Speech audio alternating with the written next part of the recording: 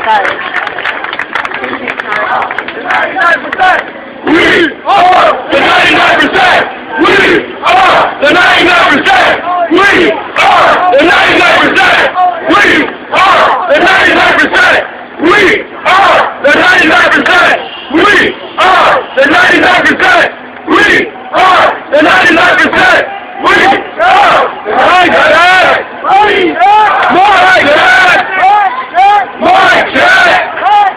More check! I guess they were wrong. When they started this movement. We're just growing. And growing. And to prove that. We have two brothers. Who have been in this struggle. For a very long time. From our elders. And remember, the struggle is not a sprint, but a marathon.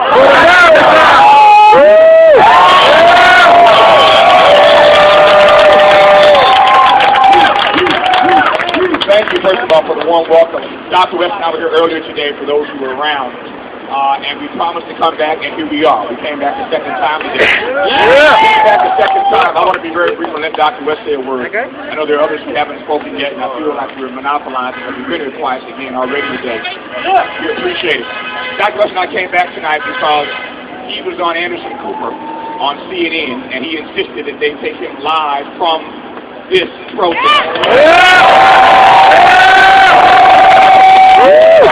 Dr. West was just on CNN on the corner right there with you as the backdrop, and them some great pictures. And then we both appeared together on Keith Olbermann. We just came off a Keith show. And so we're doing everything we can to try to get this message out. I believe as a member of the media on public television, especially on public television and public radio, it is my mission. It's my mandate, it's my calling, my vocation, my purpose, to try to get Americans who don't get this to re-examine the assumptions they hold. My job is to help them to expand their inventory of ideas. My job on public TV and public radio is to try to get them to look at this country and the crisis of this country through a different prism. That's the job that I try to do every day on public TV and public radio. So I'm always honored to be a part of a struggle that's trying to get America to wrestle with its own demons, wrestle with its own challenges, its own crises. I wanted to share with you, when Dr. West and I appeared on Keith's show just a moment ago on current television, one of the questions that he asked us, because this critique is moving around the country, that this movement is 99% white. And Dr. West and I just pushed back on that live on national television. This is multi-racial, this is multi-ethnic. This protest is a microcosm of this city, and it's a microcosm of this country.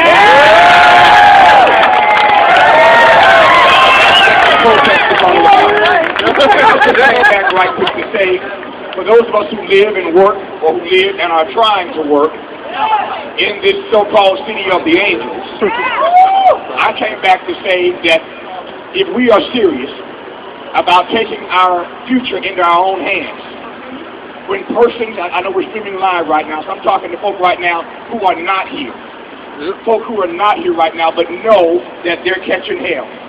Know that they can't find a job. Know that they can't afford their student loans. Know that they're living back home with their mom and them. Know that they don't have access to health care, etc., etc., etc. If you have a legitimate grievance, this is where you need to be. I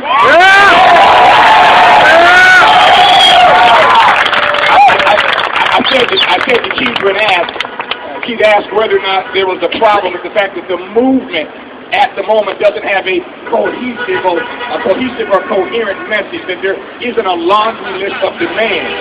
I said, who said? I like this right here. But who said that there are a variety of legitimate grievances here at this protest about jobs, about getting out of Iraq and Afghanistan, about access to health care, etc. There are a lot of issues here, a lot of legitimate grievances, and I'm convinced that if we keep making enough noise, somebody's got to start asking questions about what does matter to us. The worst thing you can do to a human being is to make him or her feel invisible, to make them feel disposable, to make them feel like they're a calculation, or they are an afterthought. And there's too much of that in this country. The humanity of too many people is being contested every day.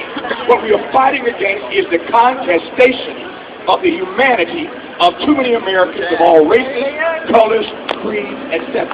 So I came back tonight to talk to CNN and to talk to Keith and of course my own show on PBS and on NPR and PRI, but to try to raise your voice to the voice and the platform that I have about how significant and how necessary this is. So I celebrate your courage, I celebrate your conviction, I celebrate your commitment.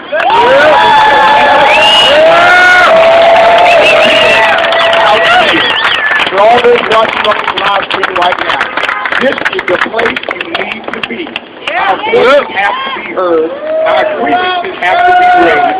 Please welcome America's leading public intellectual.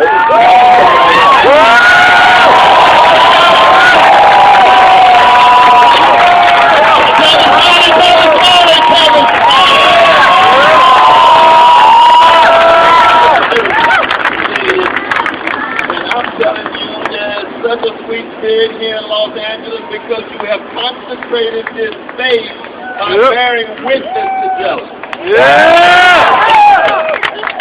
Beautiful, beautiful thing. We want to be very clear. When we talk about corporate greed, we're talking, we say that in the name of our love for poor people, our love for working people, our love for all of those who are catching hell. Don't let anybody say this movement is about hating people. We hate injustice and we love people, especially those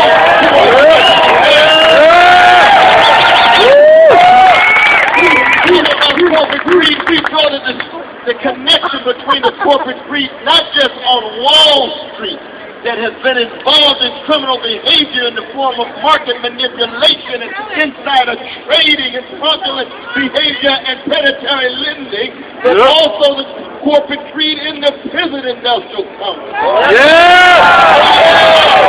We got a broad vision.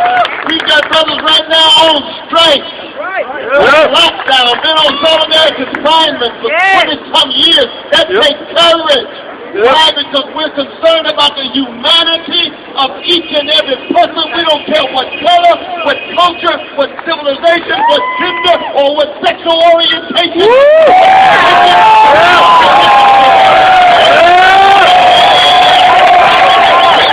About the corporate greed and the corporate media complex. But the weapons of mass distraction is trying to cultivate addiction and self-medication and narcissism so we're not concerned about public interest and common good. When we talk about corporate greed, we don't have the demand like we got one or two demands with all of the creative voices here. No, we got a cacophony of voices. We got the Duke Ellington Orchestra. Everybody got all the different voices, and Duke is not conducting. He just got one voice among others, but he's on the piano doing his thing. That's democracy in action at the symbolic point. This is democracy in action on the ground. I'm telling you, somehow we just a shadow of the Tea Party movement.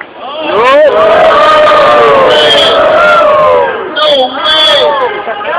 Yes, we're concerned about individual liberty, but we're concerned about social justice. Democratic accountability of the 1% who own 40% of the wealth and 25% of the income, the 1% that has got 83% of all the income growth in the last 25 years, and the 10% that got 100% of the income growth, which means what? 40% of our children of all colors living in or near poverty. That is a national disgrace. Our working people and the business attack on our trade unions, public unions as well as private, as if they have been the source of the financial catastrophe as opposed to what was going on Wall Street. Let's just tell America the truth. Let's tell America the truth. The condition of truth is always to allow suffering to cease. Suffering from wherever it comes. We are an inclusive group. Tea Party brothers and sisters look like the audience for Lawrence Welk in the National. Got nothing against Lawrence Welk and Bubbles. We look more like an audience for Lupe Fiasco. Or we look more like an audience for Carol King and James Taylor. Or an audience for Prince.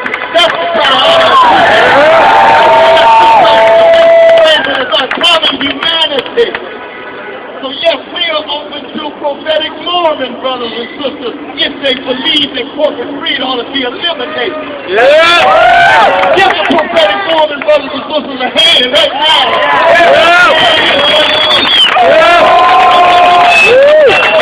The progressive agnostic, atheistic brothers and sisters.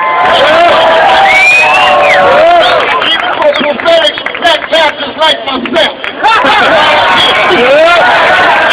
Brother Martin Luther King Jr. Put it back up again. Brother Martin, that's part of our legacy too. So our prophetic Jewish brothers and sisters, come and fight corporate greed. Muslim brothers and sisters, come join the movement. Buddhist brothers and sisters, come join the movement. We cut against the grain. So don't let anybody tell you that we just a shadow of the Tea Party movement. No way! International, the corporate greed cuts across national boundaries, and we know we got to cut radically against the grain, and that's why it's a blessing for me to be here. And I know this is the second time, and I don't want anybody to think just because I'm around a whole lot that somehow I have some way to grab it. I'm just one small voice from all